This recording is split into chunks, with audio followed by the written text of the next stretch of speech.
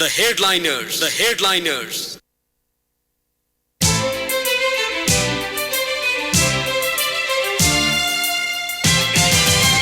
नमस्कार श्रोता, द हेडलाइन्सबाट कार्यक्रमको साथमा छु तेजेन्द्र काफले। समसामयिक विषयमा कुराकानी हुन्छ। यो कार्यक्रम शनिबार हाम्रो कार्यक्रम प्रसारण हुँदैन, अरू दिन ठिक यसै समयदेखि आधा घण्टासम्म तपाईँ कार्यक्रम सुन्न सक्नुहुन्छ।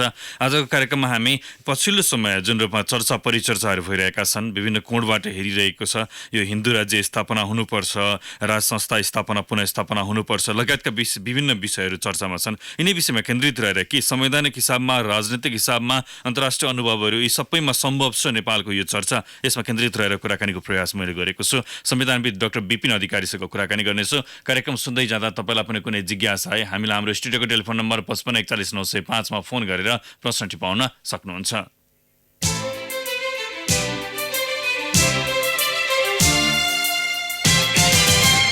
श्रोता, यो बेला वर्तमान सरकार र दलहरू असफल भएको भन्दै राज संस्था फर्कने विषयमाथि चर्चाहरू चलिएका छन्। दलीय प्रणाली नै मुलुकका लागि उपयुक्त नभएको भन्नेहरू पनि प्रशस्तै भेटिन थालेका छन्। संवैधानिक व्यवस्था विपरीतका कार्यहरू पनि पर्याप्त भेटिन्छन्। 1 महिना अघि सीके राउत समूहसँग सहमति गरे लगत्तै प्रधानमन्त्री केपी शर्मा ओलीले भन्नुभएको थियो, संविधानले किटान नगरेका विषयको माग गर्दै आन्दोलनमा रहेको समूह वा व्यक्तिसँग वार्ता आवश्यक छैन, अन्यथा जरुरी पनि ठान्दिन। गणतन्त्र र धर्मनिरपेक्ष बारे संविधानले स्पष्ट बोलेको छ, तर पनि यी र यस्ता हल्लाहरू किन चलिरहेका छन् त? के यी सबै विषय संवैधानिक हिसाबले सम्भव छन्? आउनुहोस् आजको कार्यक्रममा यिनै विषयमा केन्द्रित भएर कुराकानी गरौँ। कुराकानीका लागि मैले संविधानविद डाक्टर विपिन अधिकारीलाई बोलाएको छु। उहाँ यति बेला हाम्रो टेलिफोन सम्पर्कमा हुनुहुन्छ। विपिनज्यू, स्वागत छ कार्यक्रम द हेडलाइन्समा। नमस्ते, धन्यवाद। सुरुवातमा जुन पृष्ठभूमिमा मैले विषय उठान गरेँ, यिनै विषयमा केन्द्रित आजको कार्यक्रम हुनेछ। सुरुवातमा राज संस्था पुनःस्थापनाको चर्चाबाटै गरेँ। संविधानका हरेक धारा र उपधाराले गणतन्त्र बोलिरहेको छ। यो विपरीतको यो प्रकारको हल्लालाई कसरी लिनुभएको छ? अब हल्लाको पूर्वाधार छ नि, नेपालमा लामो अवधिसम्म लगभग भनौँ हामीले तेस्रो शताब्दीदेखि नेपालको ढुङ्गामा लेखिएको इतिहास छ र नेपाल जहिले पनि राजतन्त्र नै रहिआएको छ। अब त्यस हुनाले राजतन्त्रलाई बुझ्ने, त्यसलाई मान्ने, त्यसप्रति चाहिँ प्रेरित भएको र यसका बारेमा एउटा सकारात्मक दृष्टिकोण राख्ने एउटा समूह त देशमा जहिले पनि छ।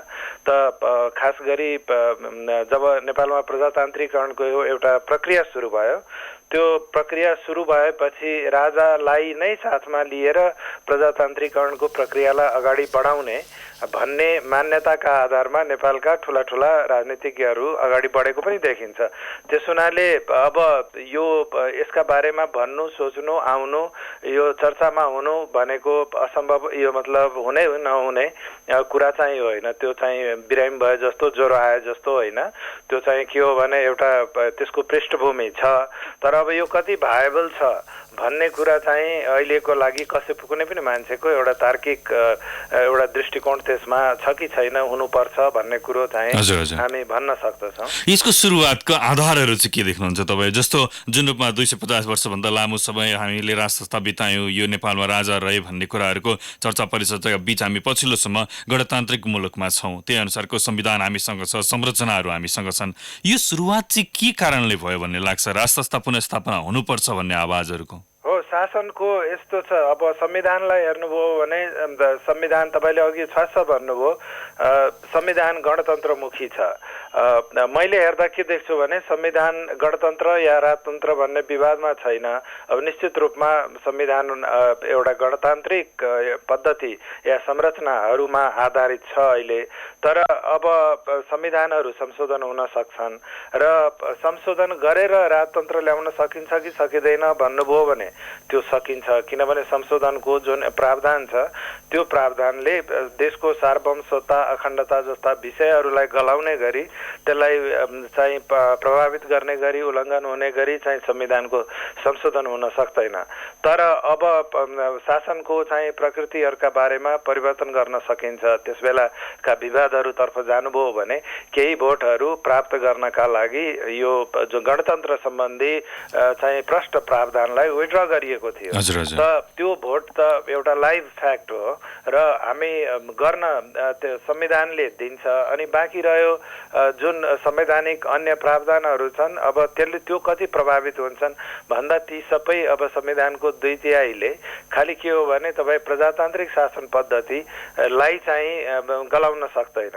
संशोधनको मान्यताहरू त्यो रूपमा प्रयोग गर्न सकिँदैन जुन रूपमा संविधानको आदि जुन परम्पराहरूलाई निर्वाह गर्नका लागि संविधानका संरचनाहरू ल्याएका हुन्छन्। त त्यतिसम्म चाहिँ हामी ठोकुवा गरेर भन्न सक्छौँ। तर अब यो त धेरै राजनैतिक कुरा भयो। अब त्यो म जस्तो मान्छेले कि नेपालमा राजतन्त्र पुनः संस्थापित हुन सक्छ कि सक्दैन भन्ने कुरोको त्यो त राजनैतिक रूपमा हेर्ने कुरा भयो। तर जस्तो जुन रूपमा यहाँले भन्नुभयो संवैधानिक आधारहरू अथवा संविधान नै संशोधन गरेर अगाडि जाने भन्ने विषयहरू त छन्, तर संविधान संशोधनले मात्र पनि राष्ट्र स्थापित गर्ने आधारहरू रहन्छन् र त्यतापट्टि माथि जान्छ। यो त सुरुवातदेखि एकदम तल्लो तहदेखिको माथिल्लो तहसम्मको पुरै संरचना परिवर्तनका आधारहरू पनि तयार पार्नुपर्ने हुन्छ होइन, जुन कठिन प्राय देखिन्छ। यस्तो छ अब राजतन्त्र भनेर त्यो स्वेच्छाचारी राजतन्त्र त अब संविधान अन्तर्गत असम्भव हुन्छ, त्यो त हुनै सक्दैन। तर अब कतिपय देशहरू छन् जस्तो जहाँ चाहिँ तपाईँको दुई किसिमका जुन संविधान अन्तर्गत या त संवैधानिक राजतन्त्रहरू पनि कार्यरत छन्। हाम्रो देशमा एउटा प्रयोग त्यसका बारेमा हुँदै आएको छ। कतिपय अन्य देशहरू छन् जसमा चाहिँ समारोहात्मक राजतन्त्र सेरेमोनियल चाहिँ राजतन्त्र पनि हामी संविधानले उल्लेख गरेको हामी देख्दछौँ। तर राजनैतिक अधिकार प्रयोग गर्ने राजतन्त्र त अब मलाई लाग्दछ त्यो त सम्भव छैन। अहिले जस्तो भनौँ जुन स्थानमा नेपालको राष्ट्रपति विद्यमान हुनुहुन्छ त्यो स्थानमा चाहिँ कुनै पनि एउटा परम्परागत जुन शक्ति विद्यमान हुन सक्दछ। त्यो कुन अर्थमा भने एउटा समारोहात्मक अर्थमा या चाहिँ कन्स्टिट्युसनल एउटा जुन रूपमा प्रेसिडेन्ट छ त्यो रूपमा कन्स्टिट्युसनल मोनार्की पनि हुन सक्दछ। त्यो गर्न सकिन्छ। त्यसले अहिलेको जुन संरचना छ या 3 तहको जुन एउटा संघीयतामा आधारित अवधारणा या शक्तिको पृथकीकरण र जसरी चाहिँ राजनीतिक आर्थिक के अरे विधायकी शक्तिहरूलाई बाँडफाँड गरिएको छ कार्यपालिकी या न्यायिक शक्तिहरूलाई त्यो रूपमा चाहिँ त्यसमा प्रभावित हुँदैन। त्यो कुरा चाहिँ हो। जस्तो राप्रपा अध्यक्ष कमल थापाज्यूले मैसँगको हेडलाइनर्समै कुराकानी गर्दा भन्नुभएको थियो कि यो राजा सहितको गणतन्त्र मान्न हामी तयार छौँ भनेर। यो सामान्य भाषामा सबैले बुझ्ने भाषामा भन्दाखेरि यो अनौठो पनि लाग्न सक्छ। राष्ट्रपति सहितको राजा हुन सक्छ नेपालमा? अब त्यो मेटाफोरिक हो। हेर्नुहोस् भन्नलाई जस्तो साहित्यमा या भनौँ राजनीतिक शास्त्रमा पनि क्राउन रिपब्लिक भन्ने चलन छ।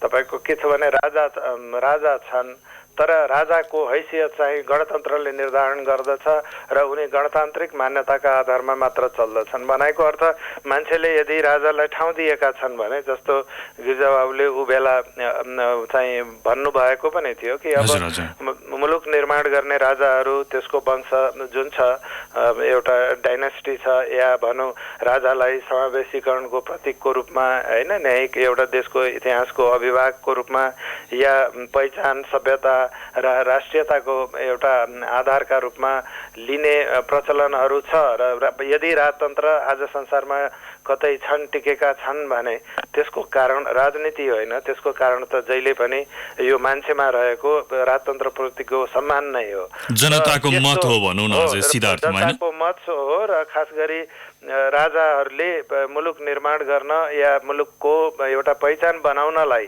चाहिँ जुन गरेको सङ्घर्ष छ अब त्यसको सम्मानका लागि त्यसलाई निरन्तरता दिएको छ। अब यो जस्तो अवस्थामा तपाईँले अब क्राउन जस्तो बेलायतको जुन राजतन्त्र छ त्यसलाई तपाईँको क्राउन रिपब्लिक भन्न सक्नुहुन्छ, जापानकोलाई भन्न सक्नुहुन्छ। त्यस्तै अरू धेरै उदाहरणहरू छन् जहाँ राजतन्त्र राजाको शक्तिको आधार या वैधताको कुनै सिद्धान्तका कारणले भन्दा पनि तपाईँको गणतान्त्रिक मूल्य मान्यता का आधारमा स्वीकार गरिएको छ कि राजालाई एउटा के भने परम्पराको प्रतीकको रूपमा निरन्तरता दिएको छ। तर आजको शासन सञ्चालनको आधार जहिले पनि संवैधानिक हुन्छ, जहिले पनि यो आधुनिक मापदण्डका आधारमा शक्तिको मापन गरिन्छ, परम्पराका आधारमा होइन।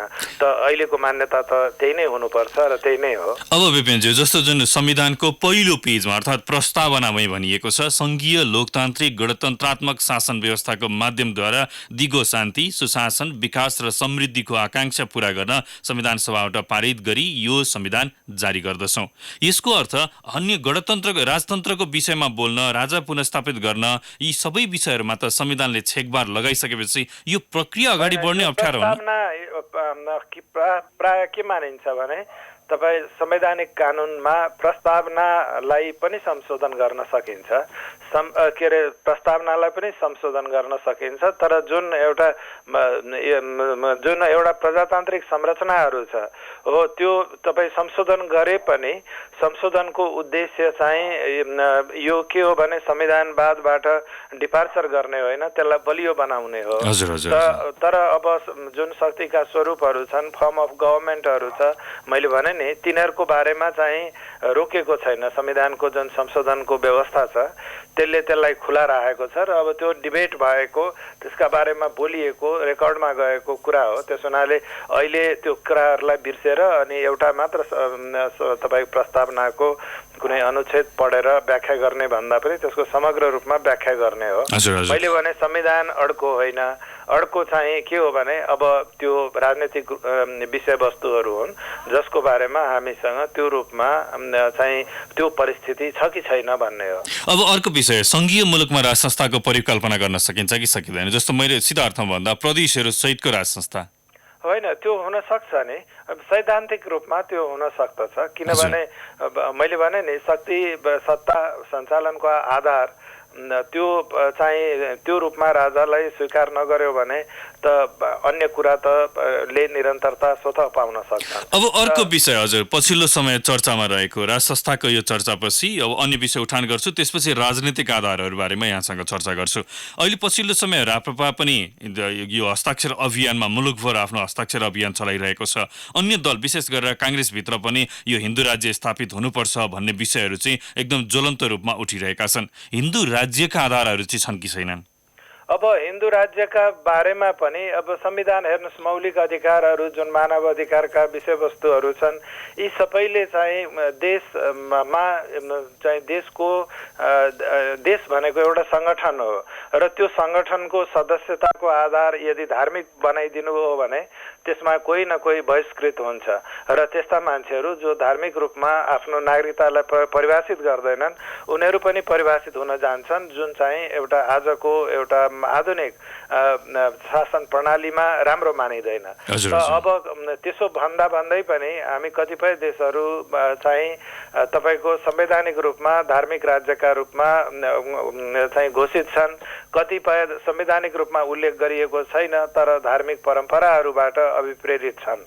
जस्तो भनौँ बेलायतको जुन संसद सञ्चालनका त्यो चाहिँ परम्परागत जति तपाईँको देख्नुहुन्छ एउटा विशेषताहरू त्यो सबै एउटा क्रिस्चियनिटीबाट आएका छन्। त्यसमा पनि त्यस्तो क्रिस्चियनिटी जसलाई चाहिँ त्यहाँको राजतन्त्रले निर्वाह गरेको छ। अब बेलायत निश्चित रूपमा एकदम धर्म प्रेरित राज्य होइन, तर उनीहरूले बहुसङ्ख्यक आफ्नो जनताको धार्मिक मतहरूलाई परम्पराहरूबाट चाहिँ एउटा उद्घोषण गरेको हामी देख्दछौँ।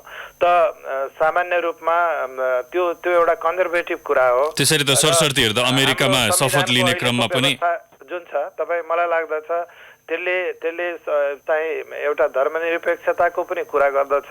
साथसाथै नेपालको जुन एउटा सनातन धर्महरू छन् त्यो चाहिँ हिन्दूदेखि लिएर बुद्ध धर्मदेखि लिएर किराँत धर्महरूसम्म हो, तिनीहरूका बारेमा संरक्षणको एउटा वाचा पनि गरेको छ। त्यसभित्र नै नेपालको कानुनी प्रणालीलाई चाहिँ समृद्धिशाली बनाउँदै लाग्दा राम्रो हुन्छ। अब त्यो चाहिँ मेरो दृष्टिकोणको कुरा भयो। तर अब संविधानले चाहिँ के भने संविधान संशोधन गरेर त्यो रूपमा जाने कुरा चाहिँ सङ्कटग्रस्त हुन सक्दछ, किनभने त्यसको बारेमा चाहिँ अहिलेको जुन अन्तर्राष्ट्रिय मूल्य मान्यताहरू छन् मानव अधिकारको त्यो त्यति चाहिँ सहज हुँदैन। हजुर। अब जस्तो संविधानको यो भाग 1 को प्रारम्भिकमै 4 नम्बर बुँदामा लेखियो नेपाल राज्य भनेर, नेपाल स्वतन्त्र अविभाज्य सार्वभौम सत्ता सम्पन्न धर्मनिरपेक्ष र गणतन्त्रात्मक राज्य रहनेछ भनेर लेखिएको छ होइन।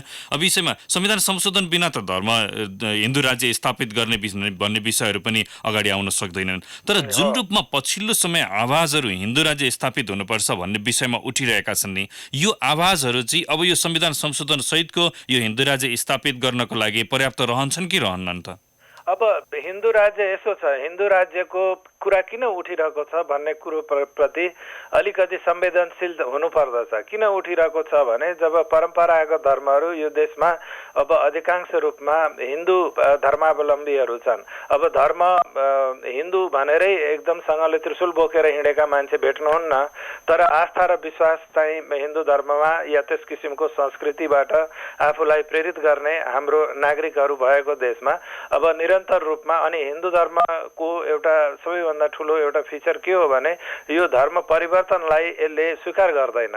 या तपाईलाई एउटा सांगठनिक रूपमा धर्म परिवर्तनको अभियान हिन्दू धर्मको शास्त्रमा पर्दैन, जबकि इस्लाममा त्यो छ, क्रिस्चियनिटीमा त्यो छ। त्यसले गर्दाखेरि के हुन्छ भनेदेखि जब हिन्दू धर्मका आधारहरूलाई चाहिँ बाहिरबाट पैसा र चाहिँ विभिन्न रणनीति अन्तर्गत यहाँको मान्छेहरू यहाँको जुन सम्पदा छ धार्मिक त्यसलाई निरन्तर परिवर्तन गर्नका लागि फ्रिडमको प्रयोग गरिन्छ। अनि यो भित्रको सम्पदाको पनि त बाँच्ने अधिकार छ, त्यसको पनि त एउटा निरन्तरताको अधिकार छ। जस्तो तपाईँलाई उदाहरण दिउँ, हाम्रो नेपालको जुन हिमालयन बुद्धिज्म भनिन्छ त्यो विश्वमा बिरलै पाइने एउटा बुद्धिस्ट सम्पदा हो। तपाईँ मेचीदेखि महाकालीसम्म जुन हिम्मत खण्डमा देखिएको जुन बुद्ध एउटा अभिव्यक्तिहरू छन्, बुद्ध मार्गी परम्पराहरू छन्, त्यो संसारमा कहीँ पनि छैन। त्यो नेपालको सम्पदा हो, नेपाललाई चिनाउने। अब क्रिस्चियनिटीको नाउँमा चाहिँ 2-4 पैसा ओखती मुलो र चाहिँ एउटा दिएको पैसाका आधारमा यदि नेपालको सम्पदा नष्ट गर्ने चाहिँ यदि प्रयास हुन्छ भने अनि यो धार्मिक स्वतन्त्रता भनेर नेपालीले खप्नु पर्दैन। त अहिलेसम्म चाहिँ राज्यले खपेको छ, किनभने राज्यमा बिग्रेका मान्छेहरूले धार्मिक मतहरूको प्रतिनिधित्व गरेका छन्। तर जुन दिन जनताहरू जागरुक हुन्छन् त्यो सबै लगार्छन्। त त्यो लगार्न सक्ने अवस्थामा जब राज्यले पुर्याइरहेको छ भने सामान्य मान्छेको विवेकले भन्छ नि त यो के भनेदेखि हाम्रो हिन्दू राज्य यदि भइरहेको भए हाम्रा चाहिँ सम्पदाहरू यो रूपमा मासिने थिएनन्। मेरो धर्म जाला के भने कोही हिन्दू क्रिस्चियन होला इस्लाम होला हामीलाई मतलब भएन, आफ्नो स्वेच्छाको कुरा हो। तर जब त्यहाँ चाहिँ एउटा बलको शक्तिको र चाहिँ एउटा सफ्ट पावरहरूको प्रयोग गरिन्छ अनि हामीले भन्नुपर्छ कि हामी यो हुन दिँदैनौँ, चाहे त्यो जेसुकै होस् त्यसको राजनीतिक कस्ट। बेपेनजी एकैछिन यही रोक्छु, यो ब्रेक लिन्छ एउटा छोटो ब्रेक पछाडि अब यसका राजनीतिक आधारहरू के रहन सक्छन्, राजनीतिक रूपमा यो अगाडि बढ्न सक्छ कि सक्दैन यसमा चर्चा गर्नेछौँ। श्रोताको प्रश्न पनि त्यसमा थपिनेछन्। टेलिफोन सम्पर्कमै रहिदिनु हुन आग्रह गर्दै अहिले आफूले कार्यक्रममा ब्रेकको पालो।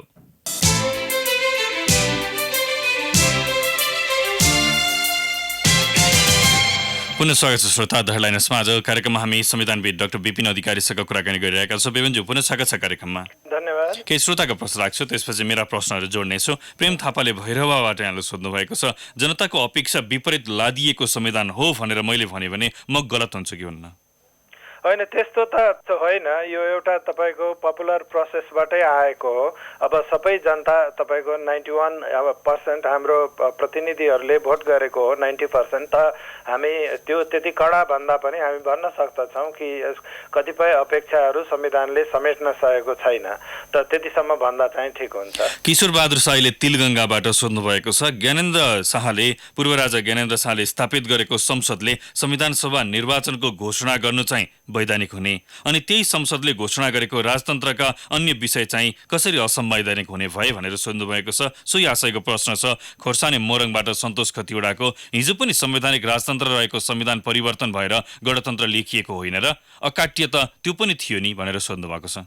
अब परम्परागत रूपमा यदि राजा छ भने राजाले शक्तिको प्रयोगका वैधानिकताका आधारहरू संविधानमा उल्लेख हुन्छ र त्यसअनुसार अब अधिकारको प्रयोग गरिएको हुन्छ। त्यस हुनाले तर अब आजको हिसाबले भन्दा राजाका लागि देश भन्ने जमाना छैन। तपाईँ अब स्वेच्छाचारी राजतन्त्रको आधारहरू छैनन्। देशका लागि यदि राजतन्त्रको महत्त्व छ भने त्यहाँ राजा टिकेका छन्, छैन भने बिदा भएका छन्। त अब यो जुन एउटा लिगलिटीको कन्सेप्ट छ त्यो पनि प्रभावित हुन्छ यस्तो विषयहरूमा। चुडामणि भट्टराईले रतुवामाई मोरङबाट सोध्नु भएको छ, राज संस्था फाल्न जनताले आवाज उठाए पनि हिन्दू राज्य हटाएर धर्मनिरपेक्षको विषयमा बोलेका थिएनन्। जबरजस्ती लादिएको यो विषयमा जनमत संग्रह गर्नुपर्छ कि पर्दैन भनेर सोध्नु भएको छ। अब हेर्नुहोस्, त्यस्तो चाहिँ कतिपयको भनाइ छ, मैले पनि कति ठाउँमा भनेको छु, यदि परम्परागत रूपमा बलियो लामो एउटा जनाधार भएको कुनै पनि संस्थालाई हटाइन्छ भने केवल राजाको कुरा मात्र होइन, जनमत संग्रह दिन सकिन्थ्यो। अब त्यो नेपाली जनतालाई त्यो विकल्प किन दिएन? त्यो चाहिँ राजनीति गर्ने मान्छेले त्यसको जिम्मेवारी लिनुपर्छ। तर आज पनि तपाईँले देख्नुभयो भने धेरै देशहरू छन्, चाहिँ फ्रान्सदेखि लिएर चेकोस्लोभाकिया, ग्रिस, इटली या भन्नुहोस् रसिया जस्तो त्यत्रो क्रान्ति भएको देशमा पनि हेर्नुभयो भने त राजाका नाममा पार्टीहरू छन्। नेपालमा कमल थापाको राप्रपा जस्तो पार्टीहरू आज पनि छन् र उनीहरू चाहिँ राजतन्त्रको रिस्टोरेसनको कुरा गरिरहेका छन्। अब एउटा पक्षले त त्यो गरिरहेको हुन सक्दछ, जनाधार भयो भने त्यो हुन पनि सक्दछ, तर अब सम्भावनाहरूको कुरा गर्दाखेरि त फेरि राजनीतिक कुरा नै अगाडि गर्नुपर्ने हुन्छ। पुरुषोत्तम पोखरेलले चापागाउँबाट र आर्यन अधिकारीले गोठाटारबाट सोध्नु भएको प्रश्न मैले राखिने यहाँ दोहोरिने भएकोले अब राजनीतिक आधारहरूपट्टि चर्चा गरौँ विपिनज्यू। जस्तो दुईटा विषयहरू प्रमुख रूपमा उठान गर्यौँ, एउटा राज संस्था पुनर्स्थापनाको विषय, अर्को हिन्दू राज्य स्थापनाको विषय। यो दुईटा विषयमा राजनीतिक आधारहरू खोज्ने हो भने पूर्व राजा ज्ञानेन्द्र शाह नै अहिले पूर्वको अधिकांश गाउँहरूमा पुग्नु भएको छ, झापाका विभिन्न गाउँहरूमा पुग्नु भएको भनेर समाचारहरू पनि छन्। मेरो गाउँमा पनि हिजो उहाँ पुग्नु भएको भन्ने समाचारहरू आइरहेका छन्। यो एउटा एक पाटो छ। अर्को पाटो हिन्दू राज्य स्थापनाको लागि राप्रपाले हस्ताक्षर अभियान चलाइरहेको छ। केही अघिल्लो महिना पनि उसले ताप्लेजुङबाट विभिन्न ठाउँहरूमा चाहिँ कोणसभा आयोजना गरेर काठमाडौँमा सम्पन्न पनि गर्यो। राजनीतिक आधारहरू पनि बन्दैछन् यी दुईटा विषयमा अथवा छैनन्, के देख्नुहुन्छ तपाईँ? अब राजनीतिक रूपमा अब मैले भन्न सक्दिनँ होला, तर एउटा कुरा के हो भने नेपालमा त्यो पक्ष छ, मैले सुरुमै भने त्यो पक्ष छ र त्यो पक्षले राजनीति गर्ने अधिकार पनि पाएको छ। संविधानले तपाईँलाई कुनै पनि एउटा शान्तिपूर्ण रूपमा गरिने राजनीतिलाई स्वीकार गरेको छ। त्यो देशको राष्ट्रियता या अखण्डताको विरोधी होइन, जबकि राष्ट्रियता र अखण्डतालाई चुनौती दिने पक्षहरूले पनि नेपालमा स्पेस पाएका छन् भने त्यो उसले चाहिँ राजा ज्ञानेन्द्रले पाउन सक्दैनन् भन्ने होइन। तर अब राजा ज्ञानेन्द्रकै आफ्नै कुरा हेर्नुभयो भने पूर्व राजा ज्ञानेन्द्रको चाहिँ हेर्नुभयो भने अब राजा पूर्व र पश्चिम भन्दा पनि हेर्नुहोस् के हुन्छन् भने राजालाई राजा भनिन्छ। अहिले पनि शाहका सन्तानहरूले राजा भनेर लेख्दछन्, शाह भनेको इरानको। त मेरो मान्यता के हो भने कि ऊ बेला प्रजातान्त्रिक एउटा पद्धतिप्रतिको विश्वास देखाएको भए यो स्थिति आउने थिएन होला जस्तो लाग्छ। त यद्यपि राजा फाल्नुमा नेपाली जनता मात्र चाहिँ शक्तिशाली थिए भन्ने मलाई लाग्दैन, चरित्रले पनि काम गर्यो भन्ने यहाँ खोज्नु भयो हैन? विभिन्न शक्तिहरूले काम गरेका छन् र यसमा नेपाल विरोधी शक्तिहरू पनि लागेका छन्। त्यसो हुनाले तर अब राजनीति गर्न पाउँदैन भन्ने होइन। अझ भन्नुहुन्छ भने तपाईँको हाम्रो 20औं शताब्दी भन्दा या 20औं शताब्दीसम्म संसारभरि तपाईँको शासनको पद्धति मूलतः राजतन्त्रात्मक नै थियो। अब राजाको राजतन्त्र नेपालमा परिवर्तन भयो, धेरै देशमा भए, तर अहिले पनि 40-45 वटा देशमा राजतन्त्र छ र ती सबै सार्वभौम सत्ता सम्पन्न देशहरू नै हुन्। अझ तपाईँको 15-16 वटा देशहरू त बेलायतको राजतन्त्रलाई नै चाहिँ राजतन्त्र मानिरहेको छ, आफ्नो हेड अफ द स्टेट मानिरहेको अवस्था छ। त तपाईँको युरोपका धेरै राम्रा देशहरू डेनमार्क, नर्वे, स्विडेन जस्ता देशहरू, नेदरल्यान्ड र बेल्जियममा र अहिले पनि राजा छन्। त्यसैलाई देखेर मान्छेले चाहिँ क्राउन रिपब्लिक भनेको हुन सक्दछ। त यी सबै के छ भने कतिपय देशहरू स्पेनमा तपाईँको राजतन्त्र मासिएको थियो, मासिएको राजतन्त्र फेरि चाहिँ एउटा प्रजातान्त्रिक पद्धतिबाट चाहिँ रिस्टोर गरेको पनि उदाहरणहरू छ। तर अब अहिलेको राजा भनौँ फिलिप कति इज्जत गरेकै देखिन्छ सबैले। स्विडेनमा हेर्नुहोस् राजा गुस्ताफ मान्छेले बडो मानेकै छन्। अब नेपालमा चाहिँ पूर्व राजा ज्ञानेन्द्रको चाहिँ जुन एउटा अवसान हो त्यसको चाहिँ विभिन्न पक्ष छ र तपाईँ म जस्तो सामान्य राजनीतिक एउटा चेतना मात्र भएको मान्छेले पनि उबेला म के अरे लाइबेरियामा थिएँ, मैले पूर्व राजा ज्ञानेन्द्रलाई त्यस बेला लेखेर पठाएको थिएँ कि गिरिजाबाबुको लाई तपाईँ तत्कालै चाहिँ रिस्टोर गर्नुहोस्, नभए भने तपाईँको भविष्य छैन। किनभने राजाले आफ्नो कुर्सीका लागि रणनीति उनले प्रजातान्त्रिक रणनीति त्यागे भने राजा रहँदैनन् संसारमा जहाँ पनि हो। र हाम्रोमा मैले भने सुरुमा कि मुलुकको पहिचान, यसको भाषा, यसको धर्म, यसको चाहिँ जुन एउटा अभिभावकत्व छ, इतिहासको पहिचानका कुराहरू, राष्ट्रियताका कुराहरू हो, त्यसलाई असर गर्छु भन्ने आधारमा राजालाई फालिएको।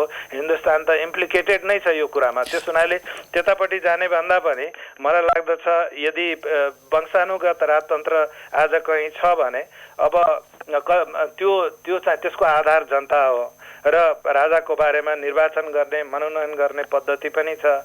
भ्याटिकनमा चाहिँ तपाईँको अब त्यसलाई देश भन्नुहुन्छ कि भन्नुहुन्न, तर राजाको पोपको त निर्वाचनै हुन्छ होइन। कतिपय देशमा क्याम्बोडियाहरूमा उनीहरूले मनोनयन गरेर राख्दछन्। सरकारले नै सधैँका लागि एउटा ज्यान रौनजाल सभाका लागि राजा तयार गर्ने के अरे निर्वाचन गर्ने पद्धति पनि हुन्छ। अब राजा फाल्नुपर्छ भनेर कतिपय युरोपियन देशहरूमा पनि मुभमेन्ट छ। अब त्यसका जति पनि अन्तर्राष्ट्रिय उदाहरणहरू, जति पनि विदेशहरूका उदाहरणहरू यहाँले प्रस्तुत गर्नुभयो, ती उदाहरणहरूलाई नेपालमा प्रवेश गराउने हो भने जस्तो पछिल्लो समय दलहरू पनि असफल भए भन्ने चर्चा पनि छ, यो दलीय प्रणाली नै असफल भयो भन्ने मानिसहरू पनि भेटिन्छन्। अब सैनिक शासन लागू गर्नुपर्छ नेपालमा भन्नेहरू पनि भेटिन्छन्। यी सबै चर्चाका बीचमा के राजनीतिक आधारहरू चाहिँ दलीय प्रणालीबाटै अगाडि बढ्ने र गणतन्त्रात्मक मुलुकै अगाडि बढ्नेमा चाहिँ अलिकति कतै कतै पुवाल पर्न थालेको भनेर भन्न सकिन्छ? यस्तो छ, चुनौती हाम्रोमा त्यही हो। हरेकपल्ट के भएकोलाई त्यति चाहिँ राम्रो उचित मूल्याङ्कन नगरेर अनि परिवर्तनमा जाने र एउटा व्हिम्जिकल थटहरूको आधारमा परिवर्तन गराउने त्यो लामो पद्धति छ। त्यस हुनाले अब त्यो बाटोमा कतिपय मान्छेहरूले प्रयास गर्न सक्दछन् र राजनीति गर्ने आधारहरू देशमा छ। हाम्रो यो त सम्पूर्ण रूपमा आधुनिक देश होइन, त त्यस्ता कुराहरू यहाँ बिक्दछन् पनि, बिक्न सक्दछन् पनि। अब राजनीतिले कति ठाउँ देला भन्ने कुरो, खास गरी राजनीतिले मात्र पुग्दैन, त्यो बहुमतको ओरिएन्टेसन त्यस्तो हुन सक्छ कि सक्दैन भन्ने कुरो त अब टिप्पणी गर्न नसकिएला। हिन्दू राज्य र राष्ट्र पुनर्स्थापनाको दुईटामा राजनीतिक आधारहरू बलियो केमा देख्नुहुन्छ? अब यस्तो छ कि हाम्रो के भनेदेखि यो दुईटै विषयमा जनमत संग्रह देऊ भन्ने शक्ति नेपालमा छ र त्यो शक्ति किन भनिरहेको छु भने त्यो सानो छैन। कतिपय मान्छे बोल्न सक्दैनन्, सबै मान्छे बिपी कोइराला हुँदैनन्। बिपीले त राष्ट्रिय मेलमिलापको नीति लिएर आउनुभयो र भन्नुभयो कि राष्ट्रियता र प्रजातन्त्रवादीहरू बीच चाहिँ सम्बन्ध छ र नेपालको भविष्य त्यसबाट चाहिँ सुरक्षित हुन्छ भन्ने। अब त्यसरी बोल्ने मान्छेहरू आज होलान् नहोलान्, धेरै चेन्ज भइसकेको छ नेपालमा। तर के छ भने त्यो पक्ष नेपालको राजनीतिमा छ र त्यसलाई व्यवस्थापन गर्नु भएन भने अहिलेको जुन किसिमले चाहिँ हामी अगाडि बढिरहेका छौँ त्यसका चुनौतीहरू चाहिँ बढ्दै जाने पनि हुन सक्दछ।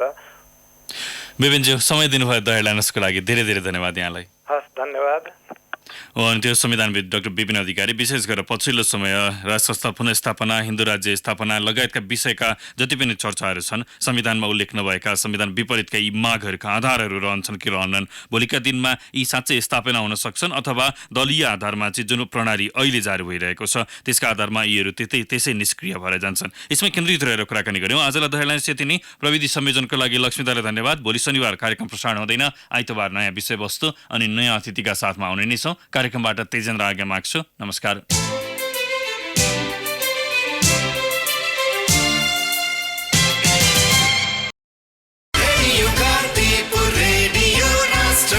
सूचना र मनोरञ्जनको संवाहक रेडियो राष्ट्रको रेडियो कान्तिपुर।